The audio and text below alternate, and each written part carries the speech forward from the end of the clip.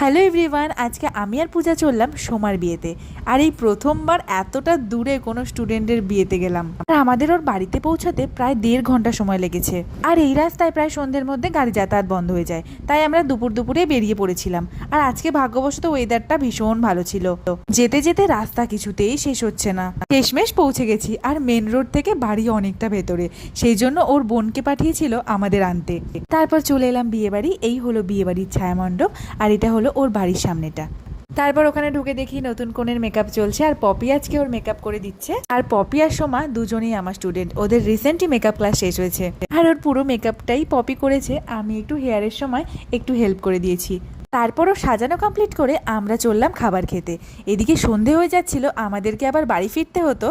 আর যেহেতু গ্রামের দিকে বিয়ে, এখানকার নিমন্ত্রিত লোকজনের দুপুর থেকে খাওয়া দাওয়া শুরু হয়ে যায়। আমরা খাওয়া দাওয়া কমপ্লিট করে সোমার সঙ্গে দেখা করে আমরাও রওনা দিয়ে দিলাম বাড়ির পথে।